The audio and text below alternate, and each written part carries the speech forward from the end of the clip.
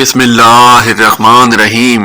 अस्सलाम वालेकुम वरहमतुल्लाहि वबरकातुहू। पनहून, जिसे पन्नू भी कहा जाता है, मीर आली या आरी का बेटा था, जो एक बलोच कीच बलोचिस्तान का हुक्मरान था। ससुई सिंध में पंबूरा के राजा की बेटी थी। ससुई की पैदाइश पर नजूमियों ने पेशनगोई की कि वो शाही खानदान की इज्जत पर एक नुकसान है। राजा ने हुक्म दिया कि बच्चे को लकड़ी के डब्बे में डालकर सिंधु दरिया में फेंक दिया जाए। पंबूर गांव के एक धोबी को लकड़ी का डब्बा और बच्चा अंदर से मिला। धोबी को यकीन था कि बच्चा खुदा की तरफ से एक नेमत है और उसे घर ले गया।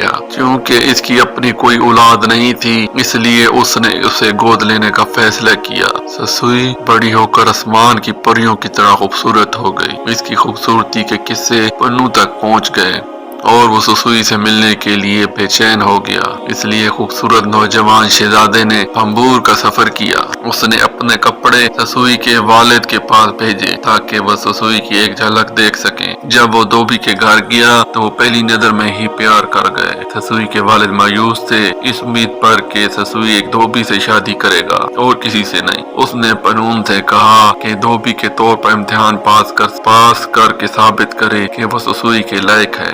पनून अपनी मोहब्बत साबित करने पर राजी हो गया। धोते वक्त उसने सारे कपड़े फाड़ दिए, क्योंकि शहजादा होने के नाते उसने कभी कपड़े नहीं धोए थे। इस तरह उसने मुआहदे को नाकाम बना दिया। लेकिन इन कपड़ों को वापस करने से पहले उसने सोने के सिक्के तमाम कपड़ों की जेबों में छुपा दिए, इस उम्मीद पर कि इससे गाँव वाले खामोश रहेंगे। चाल ने काम किया और ससुई के वालिद ने शादी पर रजामंदी जाहिर की। पनून के वालिद और भाई इसकी ससुई से शादी के खिलाफ थे। पनून एक शहजादा था और वो एक धोबी की बेटी थी, और इसलिए अपने वालिद की खातिर पनून के भाई पंबूर गए। सबसे पहले उन्होंने पनून को धमकी दी, लेकिन जब वो बात नहीं आया तो उन्होंने मजीद मकरूह तरीके आजमाए। पनून अपने भाइयों की इसकी शादी की हिमायत करते हुए देखकर हैरान रह गया और पहली रात उन्होंने शादी की तकरीबात में लुत्फअंदोज होने और शिरकत करने का ड्रामा किया और पनून को मुख्तलिफ किस्म की शराब पीने पर मजबूर किया। जब वो नशे में था तो वो उसे ऊंट की पीठ पर बिठाकर अपने अपाई शहर कीच वापस चले गए।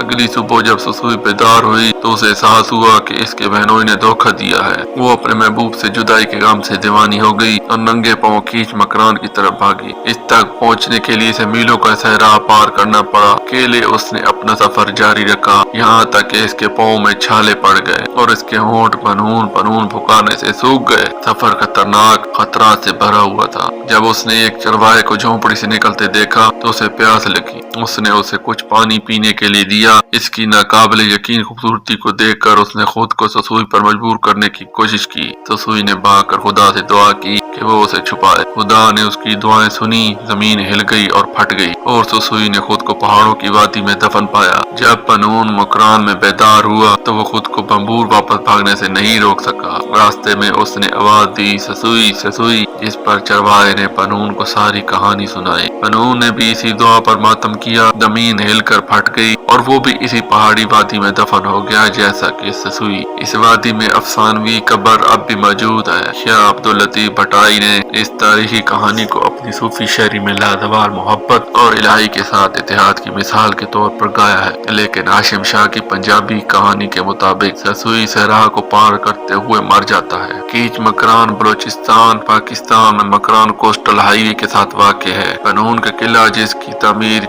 6000 से 8000 क़िबल मसीह में है, वहीं वाक़या है। ससुई और पनून की मुबीना कब्रें लसबेला बलोचिस्तान के करीब कराची से 40 मील मगरब में वाक़ है।